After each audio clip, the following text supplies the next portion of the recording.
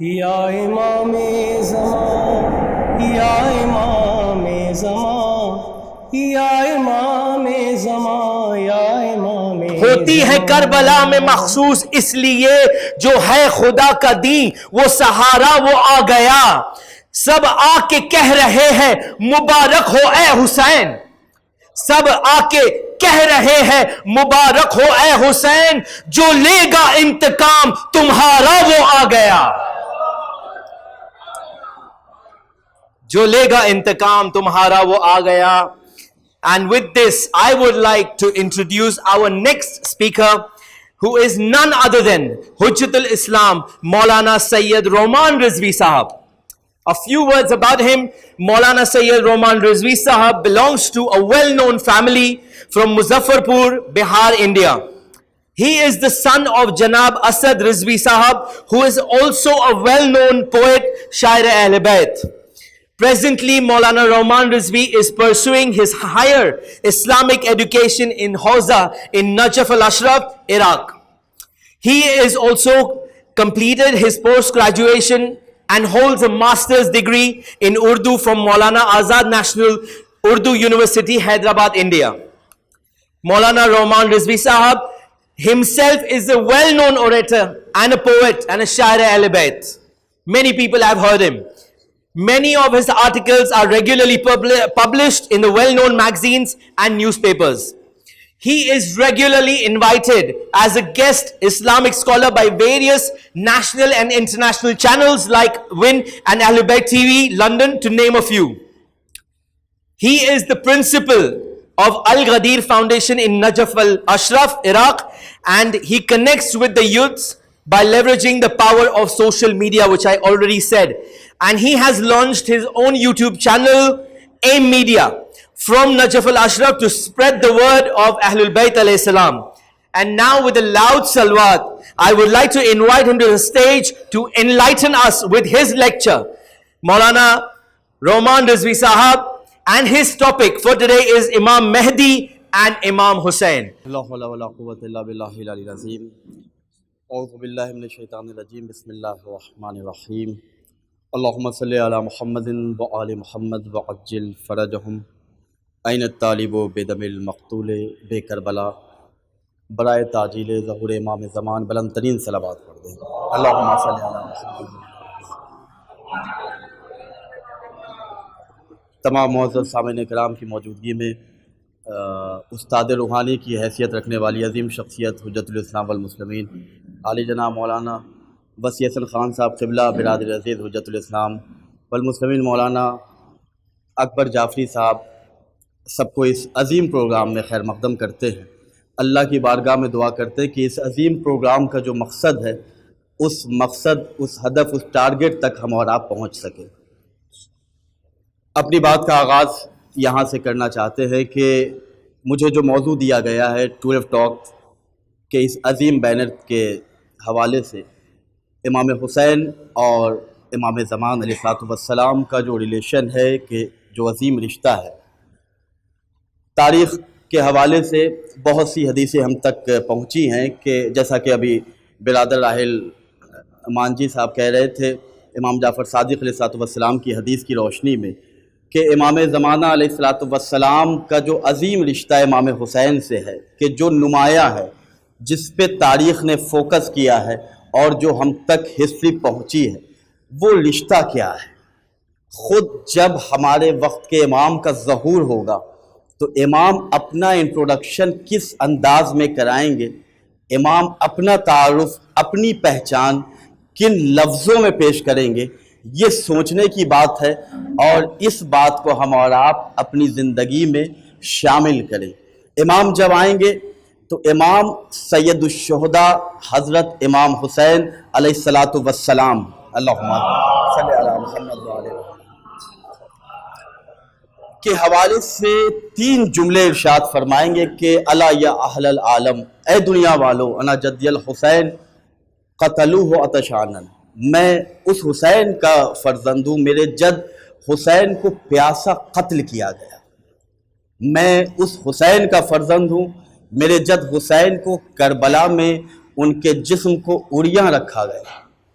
میرے جد حسین کو کربلا میں مصیبتوں کے حوالے سے ان کے جسم نازنی کو گھوڑوں کے سموں سے پامال کیا گیا۔ امام حسین اور امام زمانہ کا رشتہ مصیبتوں کے حوالے سے دیکھیں تو آج ہم آبادی میں رہ رہے ہیں، آج ہم اپنے دوستوں کے درمیان ہیں۔ امام کی یاد آئی، ہم نے 12 ٹاکس کے پروگرام کو یہاں پہ آرگنائز کیا، اپنے چاہنے والوں کو، دوست احباب کو یہاں بلا کر امام کے حوالے سے گفتگو کر رہے ہیں۔ امام جن کے صدقے میں آج ہم آبادیوں میں رہ رہے ہیں، وہ امام صحرا نشین ہے، وہ امام آج ہمارے درمیان ہیں لیکن ہم انہیں پہچان نہیں پا رہے۔ اگر میں نجف سے آیا ہوں اور شیعوں کے درمیان میں آ جاؤں اور کوئی مجھے نہیں پہچانے تو یہ فطری شے ہے، یہ فطری بات ہے کہ مجھے عجب سی فیلنگ ہوگی کہ اپنے مجھے نہیں پہچان پا رہے۔ آپ دیکھیں جس امام کے صدقے میں کائنات آج زندہ ہے، جس امام کے صدقے میں صرف ہم اور آپ نہیں بلکہ امام زمان کے صدقے میں کفار و مشرکین آج زندگی گزارا، انہیں آب و دانہ مل رہا ہے، اس امام کو ہم پہچان نہیں پا رہے۔ اس امام کی نسبت سے ہم کتنا غافل ہیں، اس حوالے سے ہمیں غور کرنا چاہیے۔ امام حسین کا رشتہ امام زمان علیہ السلام سے کتنا گہرا ہے۔ جتنی سخت مصیبت امام حسین کی تھی اس سے کم سخت مصیبت امام زمان کی نہیں ہے۔ امام حسین کی مصیبتوں کا نام آتا ہے، ہماری آنکھوں میں آنسو آ جاتے ہیں۔ ذرا غربت امام زمان کو ہم محسوس کریں کہ ہمارا امام امیر المومنین کا فرزند ہو کے غریب ہے۔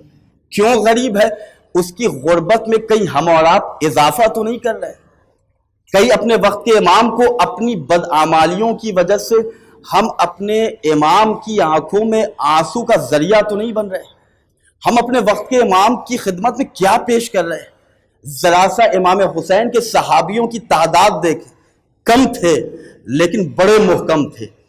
انہیں پتا تھا کہ ہم امام حسین کے لشکر میں شامل ہوں گے تو تیر، تلوار، بھوک، پیاس، تشنگی، زحمت، پریشانیاں، یہ سب میرے استقبال کے لیے تیار ہیں۔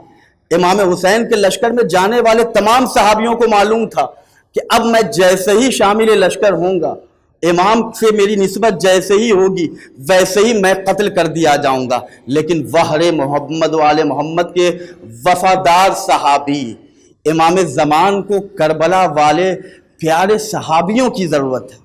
کیا ہم اور آپ اپنے وقت کے امام کی خدمت میں اپنی زندگی کے حوالے سے کیا مدد اور نصرت نہیں کر سکتے؟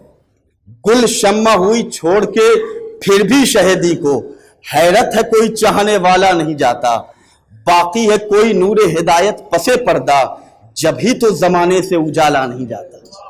ہم اور آپ آج اجالوں میں زندہ ہے، یہ صدقہ ہے اس نور امامت کا کہ جن کے صدقے میں آج سورج کو اللہ روشنی عطا کر رہا ہے۔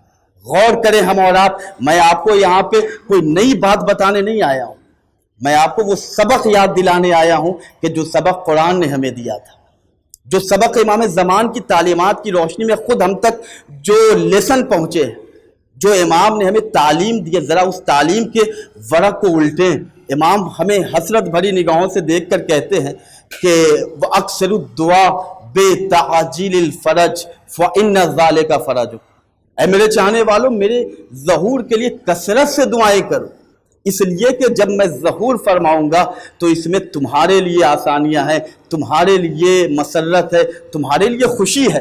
آج معاشرے کی حالت دیکھیں کہ معاشرہ بیمار ہے، امام کہتا ہے میرے ظہور کے لیے دعا کرو، میں تمہیں صحت عطا کرنے والا ہوں۔ لوگ تنگ دست ہوتے جا رہے ہیں، اگر انہیں اپنے دست کو زبردست بنانا ہے تو امام کے ظہور کے لیے دعا کریں۔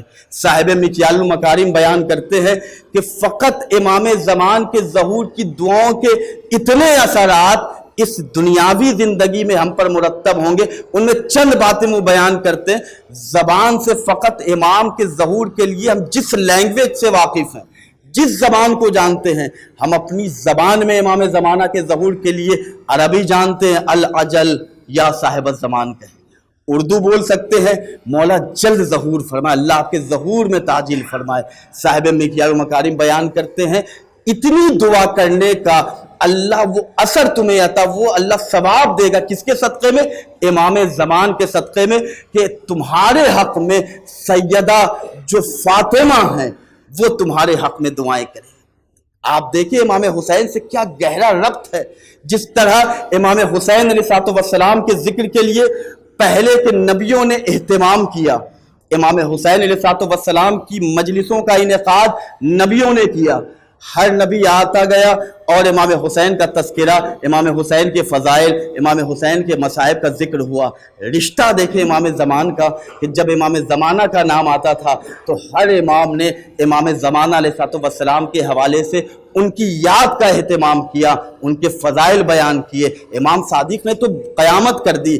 فضائل دیکھیں، امام کہتے ہیں ہمیں اللہ نے موقع فراہم کیا ہے، اور یہ موقع کوئی بہت مشکل نہیں ہے کہ ہم یہ کام کر نہیں سکتے ہیں۔ اللہ ایسی تکلیف ہمیں دیتا ہی نہیں ہے کہ جس کی ہمیں قدرت نہ ہو، یہ اللہ کا رحم و کرم ہے۔ اللہ ہمیں وہی رسپانسبلٹی دیتا ہے کہ جو ہم کر سکتے ہیں۔ اللہ نے ہمیں یہ طاقت عطا کی ہے کہ کم سے کم ہم اپنی زبان سے اپنے وقت کے امام کو یاد تو کر سکتے ہیں۔ اپنے وقت کے امام کی یاد کا فائدہ کیا ہے؟ جب ہمارے ذہن میں امام زمانہ زندہ ہوں گے تو ہمارے ذہنوں میں یہ بات بھی زندہ ہوگی کہ امام زمانہ اس جگہ ہمیں نہیں دیکھنا چاہتے کہ جہاں پہ خدا نے حرام کا دائرہ بنایا ہے۔ خود امام کی حدیث میں وقت کم ہے، مفہوم حدیث میں بیان کر رہا ہوں۔ امام کہتے ہیں مجھ سے ملنا چاہتے ہو، میری زیارت کرنا چاہتے ہو، تو تم صرف اور صرف حرام خدا کو اپنے اوپر حرام کر لو، حلال خدا کو اپنے اوپر حلال کر لو۔ یہی زندگی ہے کہ جو تمہیں مجھ تک لے کر آئے۔ ایک صلوات پڑھے عظمت امام زمان علیہ السلام۔ اللہم صلی علی محمد۔ رشتہ ربط امام کا امام حسین سے کیا ہے؟ میں آپ کی خدمت میں نجف سے آیا ہوں، اس عالم، اس غلام علی کی زندگی کا ایک واقعہ بیان کر رہا ہوں کہ جو امام زمان اور امام حسین سے گہرا رشتہ ہے۔ ہم مجلس کرتے ہیں، عزاداری کرتے ہیں، اگر امام زمان کی قربت محسوس کرنا چاہتے ہیں، اگر چاہتے ہیں کہ امام کی نگاہ کرم ایک دفعہ ہم پر ہو جائے، تو ان کے جد حسین کی غربت کو یاد کریں، ان کے جد حسین کی عزاداری کو فیشن سمجھ کے نہیں، بلکہ عزاداری کو ویسے برپا کرے کہ جس انداز میں ہمارے بزرگوں نے وہ تہذیب ہم تک پہنچائی ہے۔ عزائے امام حسین کے حوالے سے کیا رشتہ امام زمان کا، میں آپ کی خدمت میں عرض کر رہا ہوں۔